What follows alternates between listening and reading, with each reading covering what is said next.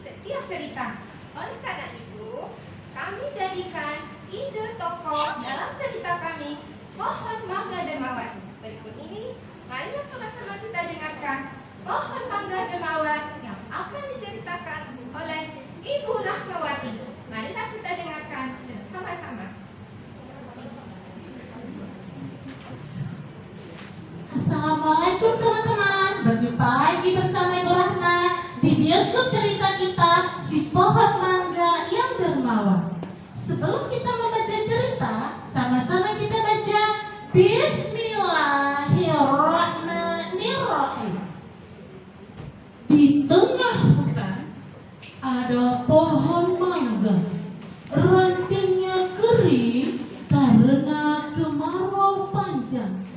Daunnya tinggal 3 helai. Tiba-tiba si ular kecil datang. Tuk, tuk, tuk, tuk. Matanya menetap ke atas. Air liurnya meleleh. Si ular kecil memberi salam.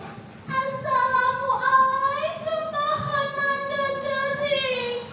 Bolehkah aku meminta sehelai daunmu? Waalaikumsalam. Kata si pohon mangga. Boleh, satu helai saja ya, biar tubuhku tidak terlalu panas.